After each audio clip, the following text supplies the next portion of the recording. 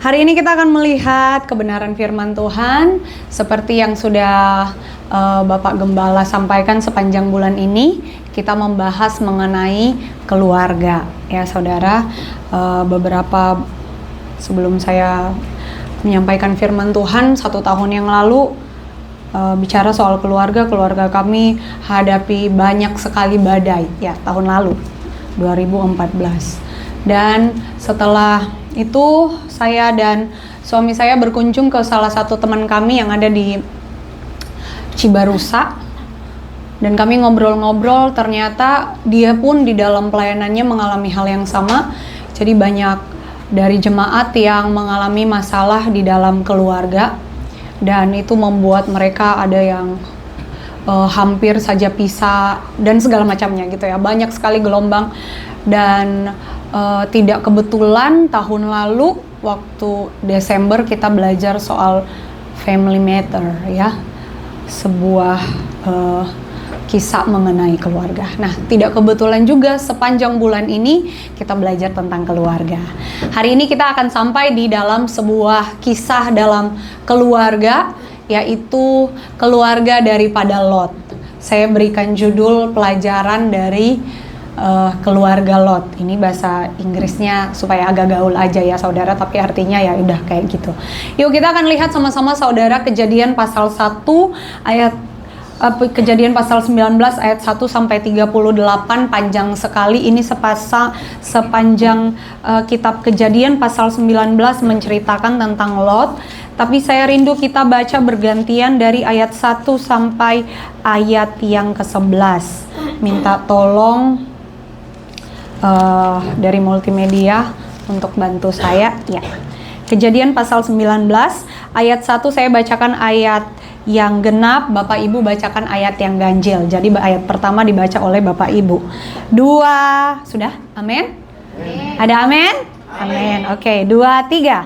Kedua malaikat itu tiba di Sodom pada waktu petang. Lot sedang duduk di pintu gerbang Sodom, dan ketika melihat mereka, bangunlah ia menyongsong mereka, lalu sujud dengan mukanya sampai ke tanah. Ayat 2, serta berkata, Tuan-tuan, silahkanlah singgah ke rumah hambamu ini, bermalamlah di sini dan basuhlah kakimu, maka besok pagi tuan-tuan boleh melanjutkan perjalanannya. Jawab mereka, tidak, kami akan bermalam di tanah lapang. Tetapi karena ia sangat mendesak mereka, singgahlah mereka dan masuk ke dalam rumahnya. Kemudian ia menyediakan hidangan bagi mereka. Ia membakar roti yang tidak beradi, lalu mereka makan. Tetapi sebelum mereka tidur, orang-orang lelaki dari kota Sodom itu, dari yang muda sampai yang tua, bahkan seluruh kota, tidak ada yang terkecuali datang mengepung rumah itu. Mereka berseru kepada Lot, di manakah orang-orang yang datang kepadamu malam ini? Bawalah mereka keluar kepada kami, supaya kami pakai mereka. Lalu keluarlah Lot menemui mereka ke depan pintu, tetapi pintunya ditutupnya di belakang. Tetapi pintu ditutupnya di belakangnya. Ia berkata, saudara-saudaraku, janganlah kiranya berbuat jahat. Kamu tahu, aku mempunyai 2 orang anak perempuan yang belum pernah dijamah laki-laki.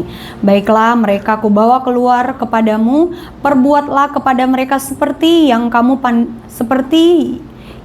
pandang baik. Hanya jangan kamu apa-apakan orang ini, sebab mereka memang datang untuk berlindung di dalam rumahku. Tetapi mereka berkata, "Nyala," lagi kata mereka, "orang ini datang ke sini sebagai orang asing, dan dia mau menjadikan kami atas kita. Sekarang kami akan menganiaya kau lebih daripada kedua orang itu." Lalu mereka mendesak orang itu, yaitu Lot, dengan keras, dan mereka mendekat untuk mendorong pintu. Tetapi kedua orang itu mengulurkan tangannya, menarik Lot masuk ke dalam rumah, lalu menutup pintu sama-sama, dan mereka membutakan mata orang-orang yang di depan pintu rumah itu, dari yang kecil sampai yang besar, sehingga percumalah orang-orang itu mencari-cari pintu. Ya, demikian pembacaan kita. Saya percaya saudara siap untuk belajar hari ini. Amin. Amin. Ya saudara, kisah Lot ini pertama kali namanya Lot ini muncul di dalam Kejadian pasal 12 ayat 4. Saudara lihat di situ, itu adalah kisah di mana Abraham dipanggil Allah keluar dari tanah tempat tinggalnya, dari Ur Kasdim. Dan di situ Lot ini adalah keponakan dari Abram. Dia memutuskan untuk ikut dengan Abram. Artinya waktu dia memutuskan untuk ikut Abram, dia juga memutuskan untuk berhenti menyembah patung-patung yang disembah oleh keluarga besar Abraham, dan belajar untuk mengikuti menyembah Allah yang Abraham percayai. Jadi saudara, waktu kisah Lot ini muncul, sebenarnya dimulai dengan sesuatu yang sangat baik. Dimulai dengan sesuatu yang sangat baik karena apa? Sekali lagi, dia memutuskan untuk meninggalkan ilah-ilah lain, Allah-Allah lain, Allah yang keluarga besarnya sembah. Ya, itu bukan Allah yang hidup tentu saja saudara, itu berupa berhala-berhala. Dan kemudian dia memutuskan bersama dengan Abraham keluar dari Ur Kasdim, meninggalkan keluarga besarnya dan percaya kepada Tuhan. Namun kemudian saudara, kalau saudara lanjut di dalam Kejadian pasal 13, ada sesuatu yang kemudian langkah yang diambil oleh Lot salah. Karena di situ diceritakan bahwa dia waktu keluarga Lot, bukan keluarga ya saudara. Jadi mereka punya Lot ini sama Abraham, karena mereka sama-sama diberkati oleh Tuhan. Seperti tadi yang saya sudah bilang, mereka ikut Tuhan. Setelah mereka ikut Tuhan, mereka diberkati Tuhan secara luar biasa. Jadi mereka punya harta yang sangat banyak, yaitu kambing dan domba. Saking banyaknya hartanya, maka para gembala-gembala Abraham dan gembala-gembala Lot akhirnya bertengkar gitu ya saudara, karena udah nggak ada tempat untuk mereka bisa menggembalakan kambing domba. Nah, ini menunjukkan bahwa ketika kita mengikut Tuhan seperti yang dilakukan Lot dan Abraham, tentu ada berkat, tetapi tidak semuanya selalu berjalan dengan mulus. Ada saja masalah, ada saja tantangan, ada saja cobaan. Ya saudara, kalau saudara lihat dalam Matius, Yesus selalu katakan bahwa ikut Tuhan itu nggak gampang, karena harus pikul salib. Nah, saya kembali ya saudara. Jadi setelah itu, waktu para hamba-hamba dari Lot dan hamba-hamba Abram berantem, akhirnya Abram memutuskan satu hal. Bagaimana kalau kita berpisah? Karena tempat ini sudah tidak cukup untuk saya dan engkau. Akhirnya Lot, saudara, sebagai orang muda seharusnya dia menyuruh omnya terlebih dahulu yang pilih tempat gitu ya saudara. Tetapi yang terjadi dalam Kejadian pasal 13 ini, Lot terlebih dahulu memilih. Nah, ini kesalahan Lot yang pertama ya saudara. Dia terlebih dahulu memilih. Apa yang dipilih Lot? Maka dikatakan di ayat 10 Kejadian 13 ayat 10, lalu Lot melayangkan pandangannya dan dilihatnya lah bahwa seluruh lembah Yordan banyak airnya seperti taman Tuhan, seperti tanah Mesir sampai ke Zoar. Nanti saudara garis bawahi kata Zoar ini akan muncul di pasal 19. Hal itu terjadi sebelum Tuhan memusnahkan Sodom dan Gomora. Sebab itu Lot memilih baginya seluruh lembah Yordan itu, termasuk di sana Sodom. Lalu ia berangkat ke sebelah timur dan mereka berpisah. Ya saudara lihat, yang membuat Lot akhirnya salah melangkah. Padahal kita lihat tadi dia sudah melangkah dengan baik. Dia memutuskan untuk meninggalkan kepercayaannya dan percaya kepada Allah yang hidup. Namun kemudian terjadi apa saudara? Dia memilih lembah Yordan. Ada Sodom di dalamnya. Makanya kita bisa masuk di dalam pasal 19 kenapa Sodom dan Gomora dimusnahkan? Saudara lihat bahwa ternyata walaupun dikatakan di dalam di dalam kisah ini Lot melayangkan pandangannya, dilihat bahwa seluruh lembah Yordan itu banyak airnya seperti taman Tuhan, ya, tempatnya bagus. Tetapi waktu dia masuk ke dalam Sodom, apa dikatakan di situ di dalam ayat 4 bahwa orang-orangnya bukan orang-orang yang normal. Mereka adalah orang-orang yang menyukai laki-laki sesama laki-laki. Jadi LGBT pertama itu ada di dalam pasal 19. Semua yang terjadi pertama kali terjadi di dalam kitab Kejadian, termasuk LGBT pertama. Nah, saudara, apa relevansinya untuk kita, saudara, dalam setiap keputusan dalam kehidupan kita waktu kita ikut Tuhan? Mari ikut Tuhan sampai akhir, ya saudara. Jangan setengah-setengah. Jangan seperti Lot, karena waktu dia mengambil keputusan, dia terlihat baik gitu ya saudara. Keputusan yang dia ambil terlihat baik, tetapi saudara, belum tentu itu baik. Jadi yang terlihat baik itu belum tentu baik. Oleh sebab itu ada beberapa hal yang perlu kita pelajari dari kisah Lot. Yang pertama, saudara, Tuhan tidak pernah berhutang kepada keluarga yang hidup benar. Ada amin? Saudara sudah baca dari tadi ayat 1 sampai ayat 9. Nah, saudara, di tengah-tengah tempat yang berdosa, orang yang berdosa, Lot tetap mempertahankan hidupnya benar di hadapan Tuhan. Kenapa Sodom ini dihukum? Padahal kalau saudara baca di pasal 18, Abram sempat ngomong sama Tuhan, coba jangan hukum Sodom. Dia sempat tawar-menawar. Dia ngomong, Abraham ngomong dari 50 orang nawar, ya saudara, cuma 1 kali. Tapi coba saudara hitung, lihat Abram, dia berapa kali nawar sama Tuhan. Akhirnya dia katakan dari 50 sampai turun sampai tinggal 10 orang. Kalau ada 10 orang, apakah Tuhan tidak akan memusnahkan? Ternyata tidak sampai 10 orang yang percaya di dalam kota Sodom. Cuman Lot, istri Lot, dan kedua anaknya. Alkitab memang ada terjemahan yang katakan ada anak laki-lakinya, tapi nggak tahu di mana. Ada yang bilang mungkin dia sudah jadi bagian dari orang Sodom, ikut dosa seksual LGBT, homoseksual gitu ya saudara. Tetapi ada juga yang bilang mungkin dia keluar gitu ya saudara. Tapi yang jelas di situ tidak sampai 10 orang yang percaya kepada Tuhan. Akhirnya Sodom dihukum. Nah saudara, di tengah-tengah keluarga, di tengah-tengah lingkungan yang tidak baik, itu lingkungan yang toksik saudara. Lingkungan yang tidak baik, orang-orang yang tidak baik, yang semuanya menghalalkan untuk tidak apa-apa hubungan sesama jenis. Ternyata satu-satu orang yang masih lurus di situ hanya Lot.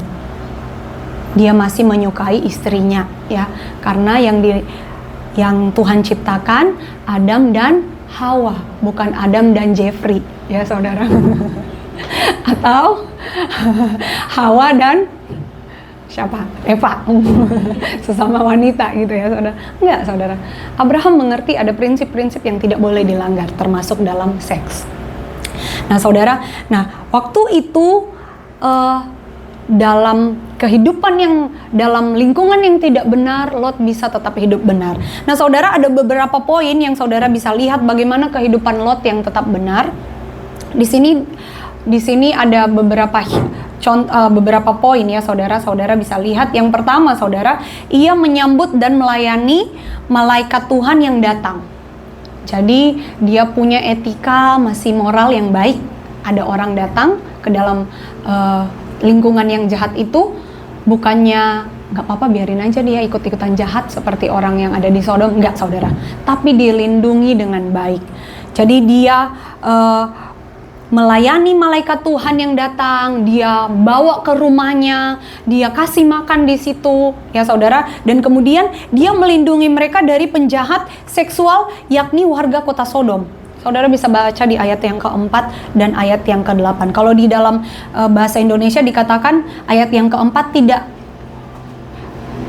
ayat yang kelima dikatakan begini, bawalah mereka keluar kepada kami supaya kami pakai mereka.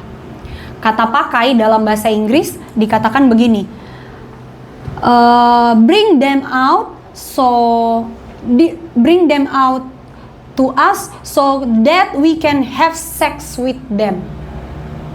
Jadi lebih jelas ya saudara, kata pakai itu supaya mereka having sex dengan orang-orang ini. Ya, tapi yang masalahnya kan ini laki-laki semua, laki-laki dari kota itu. Dan yang ketiga saudara, anak-anaknya tetap menjaga kesucian. Saudara bayangkan semua orang yang ada di situ orang-orang yang tidak benar. Seksnya bebas, hidupnya bebas, mau lakukan apa saja terserah gitu ya saudara. Tetapi anak-anak Lot dikatakan apa? Dia tidak pernah tidur dengan laki-laki. Ayat yang ke-8, saudara bisa lihat di situ. Gak pernah dia disentuh laki-laki. Jadi saudara bayangkan di tengah keluarga, lingkungan yang tidak baik, lingkungan yang toksik, keluarga Lot ternyata bisa tetap hidup benar. Mereka tidak terpengaruh dengan dosa seks bebas, mereka tidak terpengaruh dengan dosa LGBT, tetapi mereka tetap hidup benar di hadapan Tuhan. Bahkan kehidupan yang benar ini dikonfirmasi oleh Rasul Petrus di dalam 2 Petrus pasal 2 ayat 7 sampai ayat yang ke-8. Coba kita baca sama-sama. 2, 3. Tetapi ia menyelamatkan Lot, orang yang benar, yang terus-menerus menderita oleh cara hidup orang-orang yang tak mengenal hukum dan hanya mengikuti hawa nafsu mereka saja. Sebab orang benar ini tinggal di tengah-tengah mereka dan setiap hari melihat dan mendengar perbuatan-perbuatan mereka yang jahat itu, sehingga jiwanya yang benar itu tersiksa. Saudara lihat, dikatakan ayat 8, dia tinggal di tengah-tengah mereka, setiap hari melihat hal yang jahat. Biasanya kalau kita setiap hari melihat hal yang jahat, kita jadi apa saudara? Terseret. Dari lingkungan yang suka bergosip, bisa-bisa kita juga ikut, kan? Gosip makin digosok makin sip, ya katanya ya saudara. Banyak hal gitu ya saudara dalam kehidupan ini. Tetapi lihat, Lot walaupun di tengah lingkungan yang tidak baik, tetangga yang tidak baik, tapi keluarganya bisa tetap benar di hadapan Tuhan. Ada contoh lain lagi, Nuh. Kalau saudara lihat, Nuh juga keluarganya tetap benar. Makanya bahtera Nuh hanya untuk menyelamatkan keluarga Nuh, sedangkan orang-orang pada zaman itu dihancurkan. Nah saudara, sekali lagi Tuhan tidak pernah berhutang kepada keluarga yang hidup benar. Katakan amin. Amin. Amin saudara. Ketika hidup kita terus benar di hadapan Tuhan, mungkin di tengah dunia yang kacau, dunia kerja yang kacau, lingkungan yang kacau, lingkungan yang jahat, tetapi jangan hidup dengan cara atau dengan hidup duniawi atau orang-orang di lingkungan kita yang jahat. Mari hidup, jangan menghalalkan segala cara supaya bisa dicintai oleh orang lain, supaya bisa dapat validasi dari orang lain. Tidak perlu saudara. Mari bangun hidup yang benar di hadapan Tuhan. Karena sesungguhnya Tuhan selalu melindungi keluarga-keluarga yang hidup benar di hadapan Tuhan. Keselamatan Tuhan berikan bagi orang-orang yang hidup benar, bahkan keluarga yang hidup benar di hadapan Tuhan. Mungkin saudara bertanya, bagaimana dengan saya? Saya masih sendiri yang percaya kepada Tuhan, mungkin istri yang masih percaya kepada Tuhan, suami saya belum diselamatkan dan lain sebagainya. Tetapi percaya, Alkitab katakan satu orang diselamatkan, seisi keluarga pasti diselamatkan. Jadi mulai dari diri kita, waktu kita hidup benar, maka saya yakin seluruh keluarga itu akan jadi benar. Ya, saya percaya saudara tahu bahwa kisah saya, keluarga saya dulu bukan keluarga yang benar, tetapi dimulai dari mama saya yang selalu mendoakan papa, sampai papa saya bertobat dan kami semua kemudian melayani Tuhan.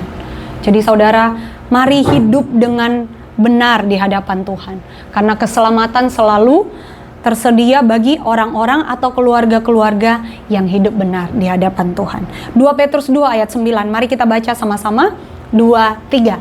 Maka nyata bahwa Tuhan tahu menyelamatkan orang-orang saleh dari pencobaan dan tahu menyimpan orang-orang jahat untuk disiksa pada hari penghakiman. Jangan bandingkan diri kita dengan tetangga. Mungkin saudara lihat tetangga yang hidupnya tidak benar, tapi kok terlihat diberkati oleh Tuhan. Tetapi ayat ini katakan, penghakiman selalu tertuju kepada orang-orang yang fasik, yang tidak benar. Sedangkan keselamatan selalu tertuju kepada keluarga-keluarga yang hidup benar di hadapan Tuhan. Amin, saudara. Amin. Yang kedua, saudara, apa yang bisa kita pelajari dari kehidupan Lot? Keputusan yang salah berdampak kepada seisi keluarga. Sekali lagi, keputusan yang salah berdampak kepada seisi keluarga. Nah, saudara, saya sudah singgung tadi di ayat pasal 13. Ayat yang ke-10 dan ayat yang ke-11, bagaimana Lot mengambil keputusan yang salah untuk hidup di Sodom. Ya, saudara. Akhirnya, karena keputusannya salah, dia memilih untuk tinggal di Sodom dan tidak melibatkan Tuhan di dalamnya. Masalahnya gini, saudara. Kalau kita mengambil keputusan dan kita libatkan Tuhan, ada masalah, percaya bahwa dalam masalah itu Tuhan turut bekerja untuk mendatangkan kebaikan, bahkan hal-hal yang tidak baik, gitu ya saudara, waktu kita mengambil keputusan bersama dengan Tuhan. Tapi kalau kita ambil keputusan di luar Tuhan, maka yang terjadi banyak hal akan hancur. Nah, ini yang diambil oleh Lot. Dia mengambil keputusan untuk tinggal di Sodom, yang tadi dikatakan apa? Terlihat seperti taman Tuhan, airnya banyak, terlihat baik, tetapi ternyata di dalamnya ada orang-orang yang hancur, orang-orang yang rusak. Nah, tapi masalahnya keputusan Lot ini berdampak mencemari seluruh keluarga. Kenapa saya katakan itu? Saudara tahu bahwa istrinya akhirnya di akhir kisah ini, walaupun mereka orang percaya, ternyata masih tercemar, dipengaruhi dengan kehidupan Sodom. Akhirnya dikatakan, malaikat Tuhan katakan, jangan balik ke belakang, jangan menoleh ke belakang. Tetapi yang terjadi, istrinya menjadi tiang garam. Masih ada, saudara, kalau saudara pergi ke ke Israel, saudara akan dibawa ke tempat ini, ya saudara. Ini adalah salah satu gambar mengenai gambar tiang garam, ya. Jadi kalau dilihat dari bawah, memang seperti orang gitu ya saudara, tapi saya nggak tahu ini benar atau enggak. Tapi kalau saya lihat di teman-teman saya yang sudah pergi ke Israel, setiap kali ditunjukkan istrinya Lot, pasti ditunjuk kepada batu ini, gitu ya saudara.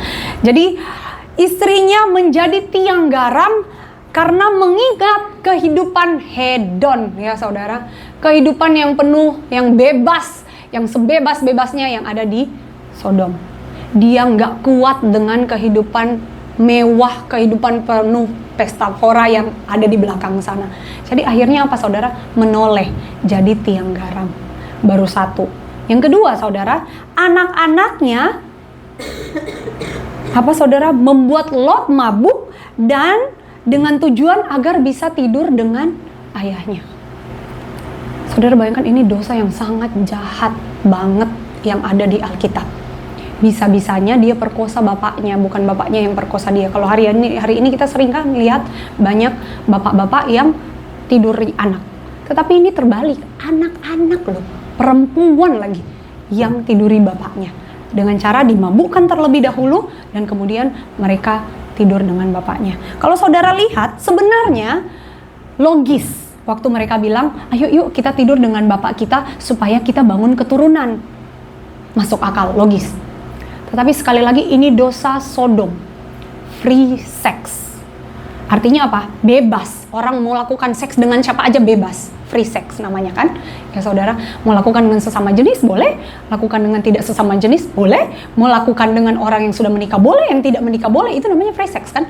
Termasuk dengan keluarga sendiri. Akhirnya karena keputusan yang salah daripada Lot ini dan membuat anak-anaknya jadi tercemar lingkungan free sex dari Sodom. Ini merupakan dosa yang sangat besar di mata Tuhan. Akhirnya saudara kalau cari kisah Lot lagi, cukup cuman sampai di pasal 19. Sama seperti orang mabuk, kalau orang mabuk biasanya apa saudara? Lupa kan? Terhuyung-huyung, jalan ke sana kemari, dia nggak tahu dia ngelakuin apa aja, habis itu lupa. Gitu ya saudara, tidur di mana? Kalau di Papua banyak sekali orang-orang mabuk yang tidur di got. Dia kira dia tidur di hotel ya saudara, karena mabuk dia masuk ke dalam got, tidur di situ, besok pagi baru nyadar badannya udah sakit-sakit, udah banyak luka di badan. Karena apa saudara? Mabuk. Saya juga pernah dengar ada satu kesaksian anak youth. Saya bingung, dia datang kepada saya karena kehidupan yang bebas di Jakarta. Dia katakan begini, kakak, pakai bahasa Papua ya saudara karena orang Papua. Kakak tahu anak ini. Jadi ada salah satu teman pemain tamborin, saya juga pelayanan tamborin waktu saya di Wamena. Jadi salah satu anak yang tiba-tiba dia datang ke Jakarta bingung dengan kehidupan Jakarta yang penuh dengan kebebasan. Dia bergaul dengan sembarang orang dan kemudian dia dikasih minum ya saudara, akhirnya dia mabuk. Apa yang terjadi saudara? Tiap kali selesai mabuk ada satu luka bakar rokok di pahanya. Setiap kali dia mabuk ada satu luka bakar rokok. Mau banyak, jadi banyak sekali luka bakar rokok di pahanya. Kenapa saudara? Karena mabuk, jadi nggak sadar diapa-apain sama orang. Itu luka bakar saking banyaknya di pahanya dia. Nah saudara, begitulah orang mabuk ya, nggak ingat apa-apa. Tetapi saudara, akhirnya Lot karena mabuk, dimabukkan oleh anak-anak, jadi akhirnya dia lupa segala sesuatunya, dia tidur dengan anaknya, dan itu terjadi 2 kali. Dimulai dari keputusan kepala keluarga yang salah. Kenapa salah? Tidak libatkan Tuhan. Bisa kita mengambil keputusan walaupun mungkin keputusan itu salah, tapi waktu kita libatkan Tuhan, Tuhan turut bekerja untuk mendatangkan kebaikan. Tapi sebaliknya, waktu kita nggak libatkan Tuhan, banyak hal akan hancur, termasuk keluarga Lot. Waktu dia salah ambil keputusan, akhirnya keluarganya hancur. Anak-anak muda sekarang, mungkin saudara belum menikah, pikirkan baik-baik pasangan hidup. Karena itu menyangkut dirimu dan kemudian keturunanmu. Jadi itu harus dipikirkan baik-baik ya saudara, jangan sampai salah melangkah. Karena itu keputusan paling besar dalam hidup, ketika salah melangkah, rusak semuanya. Ya saudara. Nah saudara, mari kita belajar dari kehidupan Lot bahwa jangan salah ambil keputusan. Karena setiap keputusan itu sebenarnya selalu melibatkan keluarga. Saudara tahu kan yang lagi viral ini 271 T ya. 271 T. Keputusannya dimulai dari mana saudara? Sebenarnya pekerjaan perseorang kan? Dia doang kan yang korupsi. Bukan anak-anaknya, bukan istrinya. Istrinya adalah public figure. Orang yang juga bukan lenggang-lenggong di rumah nggak menghasilkan apa-apa. Ada duitnya saudara. Dia punya uang, dia punya usaha istrinya. Dia punya uang, dia punya usaha. Dia menghasilkan uang, tapi dimulai dari suami yang salah ambil keputusan dengan makan uang yang bukan miliknya, akhirnya melibatkan seisi keluarga. Jadi keluarganya, istrinya, saya sih kasihan ya kak, saudara. Sejujurnya saya kasihan karena akhirnya istrinya nggak bisa bermedia sosial lagi seperti seharusnya. Padahal kan media sosial itu sebenarnya membantu menopang untuk pemasukan, karena kan dia harus posting gitu ya saudara supaya dapat uang. Tapi akhirnya sekarang udah nggak bisa ngapa-ngapain karena keputusan dimulai daripada keputusan yang salah. Tapi ada satu contoh ya saudara, ada satu teman kami. Ini teman kami di Tegal. Ya saudara lihat dia tutup mata, lagi main piano itu saudara. Dia jago sekali main piano. Bahkan Bapak Gembala kemarin sindir, Bapak Gembala bahkan belajar chord dari beliau. Saudara lihat seperti ini Bapak Gembala, tapi kalau dia main saudara, itu memang menyentuh hati sekali. Perasaannya sangat dapat gitu ya saudara kalau dia main musik. Nah dia ini adalah seorang buta, tapi tangannya ada di mata.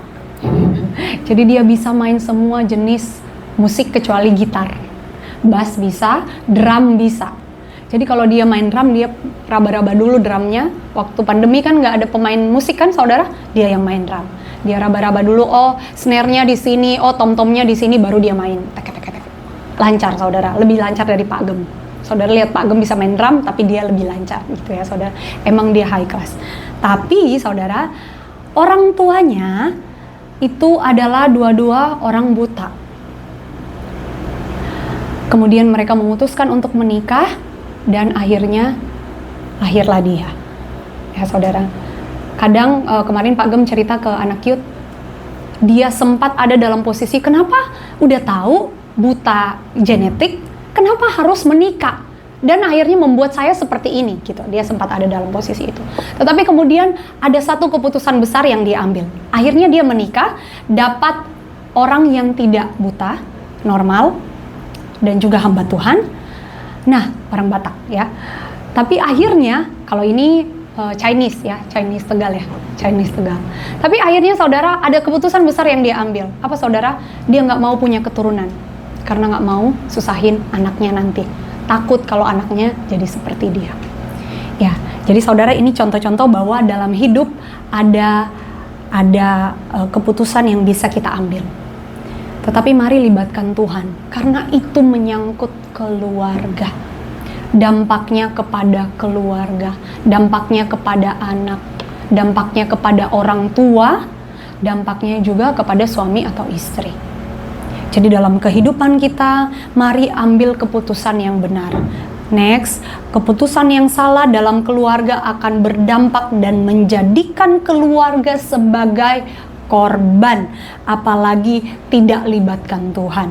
Namun keputusan yang benar, keputusan yang selalu melibatkan Tuhan, selalu berbuah manis.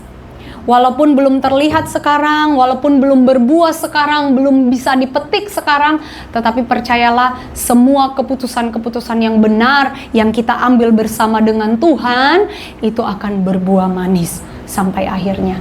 Keputusan saudara untuk membawa anak-anak saudara untuk dekat kepada Tuhan, mungkin belum saudara lihat sekarang, tapi nanti besarnya saudara bisa biarkan mereka pergi jauh dari saudara, tetapi mereka selalu mengerti ada firman Tuhan yang bisa menjaga mereka untuk tetap lurus ya. Dan banyak hal dalam kehidupan ini. Anak-anak muda, sekali lagi saya mau sampaikan bahwa jangan salah ambil keputusan. Karena biasanya ada, khususnya wanita-wanita ya, biasanya, ini kan keputusan untuk diri aku sendiri dan masa depanku, aku berhak dong. Ujung-ujungnya kalau susah, balik lagi ke keluarga. Keluarga yang tanggung malu, keluarga yang susah, keluarga yang pusing, gitu ya saudara. Jadi dalam kehidupan ini, mari belajar untuk ambil keputusan bersama dengan Tuhan, sehingga kita tidak salah melangkah. Yakobus 4 ayat 13-14. Yuk, kita baca sama-sama. 2, 3. Jadi sekarang, hai kamu yang berkata, hari ini atau besok kami berangkat ke kota Anu dan di sana kami akan tinggal setahun dan berdagang serta mendapat untung. Sedang kamu tidak tahu apa yang akan terjadi besok. Apakah arti hidupmu? Hidupmu itu sama seperti uap yang sebentar saja kelihatan lalu lenyap. Ayat 15-16, 2, 3. Sebenarnya kamu harus berkata, jika Tuhan menghendakinya, kami akan hidup dan berbuat ini dan itu. Tetapi sekarang kamu memegahkan diri dalam congkakmu dan semua kemegahan yang kamu adalah. Walaupun saudara kita bisa berpikir, kita dikasih Tuhan untuk berpikir, kita bisa mengukur, kita bisa mempertimbangkan segala sesuatunya dalam mengambil keputusan. Tapi kalau tidak libatkan Tuhan, dikatakan apa? Hidupmu sama seperti uap. Jadi semua yang kita bangun itu cuma seperti uap. Bentar aja dia gemilang, tiba-tiba hilang. Tetapi orang yang bersama dengan Tuhan, selalu dia ada di atas. Dan yang mempertahankan dirinya tetap ada di atas adalah karena dia mengambil keputusan dengan Tuhan. Kita bisa gampang naik dengan melakukan hal-hal buruk, tetapi yang mempertahankan kita tetap di atas adalah karena keputusan kita yang tetap benar di hadapan Tuhan. Ya, amin saudara. Orang yang melibatkan Tuhan dalam mengambil keputusan menunjukkan kerendahan hatinya dan kepercayaannya kepada Tuhan. Sebaliknya, orang yang tidak melibatkan Tuhan dalam mengambil keputusan, mereka yang hanya mengandalkan kepintaran dan pengetahuannya adalah orang yang sombong di hadapan Tuhan. Dan percayalah, orang sombong tempatnya biasanya cepat jatuh. Secepat itu dia naik, secepat itu juga dia jatuh. Karena dia tidak andalkan Tuhan. Tetapi orang yang mengandalkan Tuhan, dia naiknya pelan, memang lambat, pelan naik, tetapi dia tetap ada di atas. Amin, saudara. Amin. Oke, yang terakhir, saudara, kita sampai di poin yang terakhir. Ketaatan kepada Tuhan sangat penting di dalam keluarga. Katakan sama-sama, taat. Taat. Yuk kita lihat ayatnya sama-sama. Kejadian 19 ayat 17 sampai 18. Sampai 19. Yuk kita baca. 2, 3. Sesudah kedua orang itu menuntun mereka sampai keluar, berkatalah seorang, "Larilah, selamatkanlah nyawamu, janganlah menoleh ke belakang, dan janganlah berhenti dimanapun juga di lembah Yordan. Larilah ke pegunungan, supaya engkau jangan mati lenyap." Kata Lot kepada mereka, "Janganlah kiranya demikian, tuanku." 19. "Sungguhlah, hambamu ini telah dikaruniai belas kasihan di hadapanmu, dan tuanku telah berbuat kemurahan besar kepadaku dengan memelihara hidupku. Tetapi jika aku harus lari ke pegunungan, pasti aku akan tersusul oleh bencana itu, sehingga matilah aku." Saudara lihat, waktu si Lot disuruh keluar, dia memilih sebuah tempat yang namanya Zoar. Tadi kita sudah baca di pasal 13 ayat 10 dan ayat 11. Dia memilih Zoar. Itu termasuk dalam lembah Yordan. Dan itu sangat dekat dengan Sodom. Kira-kira kalau dekat, kehidupannya kayak gimana, saudara? Sama. Podo wae, ya saudara. Makanya waktu si Lot ini disuruh pergi ke pegunungan, tapi dikatakan ayat 18, dia tolak. "Janganlah demikian, tuanku." Disuruh pergi ke pegunungan, dia tolak. "Saya mau pergi ke Zoar." Dia tunjuklah Zoar. Akhirnya malaikat Tuhan mengizinkan. Itu adalah kehendak Tuhan yang diizinkan. Ya saudara, karena dia milih sih, dia yang milih. Pergi ke Zoar, sampai di Zoar ternyata saudara dia takut tinggal di sana. Kenapa? Karena seperti yang tadi saya sudah sampaikan, mirip-mirip lah kehidupannya. Itu termasuk dari lembah Yordan. Sampai di Zoar, apakah dia tinggal di situ? Enggak. Dia pergi ke pegunungan dan tinggal di goa. Orang ini emang agak kebal, keras kepala. Padahal Tuhan lebih tahu. Sama seperti tadi, Tuhan bisa tarik Lot dan tutup pintu dan membuat pintunya nggak ada. Masa Tuhan nggak bisa tarik dia naik ke gunung? Gitu ya saudara logikanya. Tapi dia bilang, "Saya nggak sanggup naik ke gunung." Ujung-ujungnya dia pergi ke Zoar, habis itu dia naik ke gunung. Ngapain coba? Kerja 2 kali. Karena apa saudara? Nggak taat. Nah, akhirnya tempat yang dipilih Lot ini, yang dijadikan tempat sebagai tempat anak-anaknya tidur dengan dia. Karena apa saudara? Nggak taat. Padahal malaikat Tuhan memimpin dia ke gunung yang mungkin malaikat Tuhan tahu gunung itu lebih bagus, keadaannya, lingkungannya lebih baik, gitu ya saudara. Tapi dia milih untuk pergi ke Zoar. Dan akhirnya dia pilih tempat tinggalnya, ujungnya udah naik ke pegunungan juga karena takut. Ngapain gitu ya saudara? Karena apa saudara? Ketidaktaatan. Dan ketidaktaatan ini akhirnya merusak keluarga Lot. Dan membuat anak-anaknya tidur dengan dia. Nah, ini jadi masalah saudara. Ketaatan dalam keluarga itu sangat penting. Karena kalau nggak taat saudara kepada firman Tuhan, kepada apa yang sudah disampaikan, maka sangat besar harga yang harus kita bayar. Dan itulah yang harus dibayar oleh Lot. Harganya sangat besar saudara. Namanya dilupakan, terakhir dia dicatat di dalam Kejadian pasal 19. Udah titik, nggak ada lagi. Masalahnya, dan juga kalau saudara lihat di Kejadian pasal 19, ditutup dengan dari keturunannya lahir Amon dan Moab. Dua bangsa yang sangat-sangat dibenci Tuhan. Karena saking jahatnya mereka. Kenapa saudara? Karena nggak taat. Coba kalau tadi pergi ke pegunungan, mungkin anak-anaknya akan bertemu dengan orang-orang laki-laki lain yang lebih baik. Tapi karena dia sampai di Zoar yang nggak ada laki-laki di situ, saya nggak tahu sih, anak-anaknya bilang nggak ada laki-laki di sini loh. Jadi bagaimana kalau kita bangun keturunan dengan ayah kita saja? Karena apa saudara? Salah ambil keputusan. Karena tidak mau taat, tidak taat kepada malaikat Tuhan, dan akhirnya menghancurkan keluarga. Jadi dalam keluarga penting saudara, kalau saudara sudah dengar firman Tuhan, mari taat. Jangan menggunakan pikiran sendiri, logika sendiri, akhirnya itu banyak harga yang sangat besar. Oh iya saudara, saya punya kesaksian. Jadi ada Bapak Gembala saya bercerita tentang seorang keluarga. Dia berjanji untuk memberikan sebuah tempat untuk hamba Tuhan. Jadi rumahnya kayak gini, belakang di dalam perumahan, depan sama belakang gitu ya saudara. Jadi dia panggil Bapak Gembala saya, dia bilang doain Brur, ya panggilnya Brur ya zaman dulu, tempat yang ada di depan supaya saya beli untuk saya berikan kepada hamba Tuhan. Singkat cerita, diberkatilah dia diberkati dengan sangat limpah. Dan akhirnya saudara, setelah dia ada berkat, dia nggak beli itu rumah. Dia ngomong sama Bapak Gembala saya, bagaimana kalau saya buka usaha lain, gitu ya saudara. Dia bilang, saya mau buka usaha lain.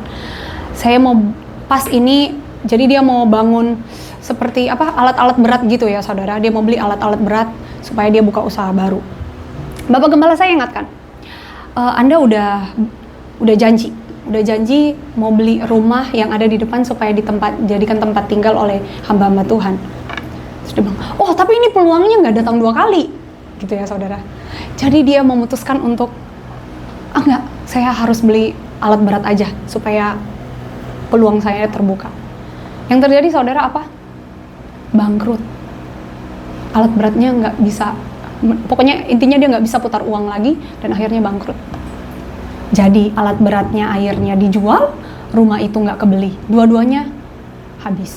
Padahal Bapak Gembala saya udah ngomong, jangan, tapi nggak mau taat. Akhirnya rusak semuanya. Ya saudara, sekali lagi ketidaktaatan itu, saya ulangi, ketidaktaatan itu kita harus bayar harga yang sangat mahal dari ketidaktaatan. Jadi jangan sampai tidak taat. Hari ini saudara sudah dengar firman Tuhan, atau mungkin besok-besok saudara dengar firman Tuhan, saudara digerakkan Tuhan untuk melakukan ini dan itu, jangan keraskan hati. Karena biasanya ada harga besar yang harus kita bayar. Amin saudara. Amin. Amin. 1 Samuel 15 ayat 22b. Yuk kita baca ayat terakhir saudara. 2-3. Sesungguhnya mendengarkan lebih baik daripada korban sembelihan, memperhatikan lebih baik daripada. Kalau ada dalam kehidupan ini, ada dalam pilihan saudara, saya tidak akan memilih untuk bayar harga yang besar. Mending saya taat aja daripada saya harus bayar harga yang besar, dan itu akan merusak keluarga saya. Mungkin hari ini waktu kita taat, kita mengalami sedikit kerugian, tetapi tidak sebanding dengan ketidaktaatan. Itu ruginya sangat-sangat besar. Next, yang terakhir saudara, ketidaktaatan kepada firman Tuhan hanya akan membawa kepada kerugian. Ketidaktaatan ternyata hanya akan membuat kita membayar harga yang sangat mahal, dan bisa jadi bukan hanya kita yang bayar, tetapi juga keluarga kita. Ya saudara, Saul, ini ayat 1 Samuel 15 ayat 22, itu cerita soal Saul. Karena tidak taat, akhirnya dari jadi raja diganti sama Tuhan. Bayar harganya mahal kan saudara? Sangat besar karena tidak taat. Jadi ada 3 hal yang hari ini kita pelajari. Yang pertama saudara, Tuhan tidak pernah berhutang kepada keluarga yang percaya. Yang kedua, jangan salah ambil keputusan, tetapi libatkan Tuhan. Dan yang ketiga saudara, tetap taat kepada Tuhan, tetap taat kepada firman Tuhan, supaya hidup kita terus diberkati oleh Tuhan. Amin. Amin. Mari saya rindu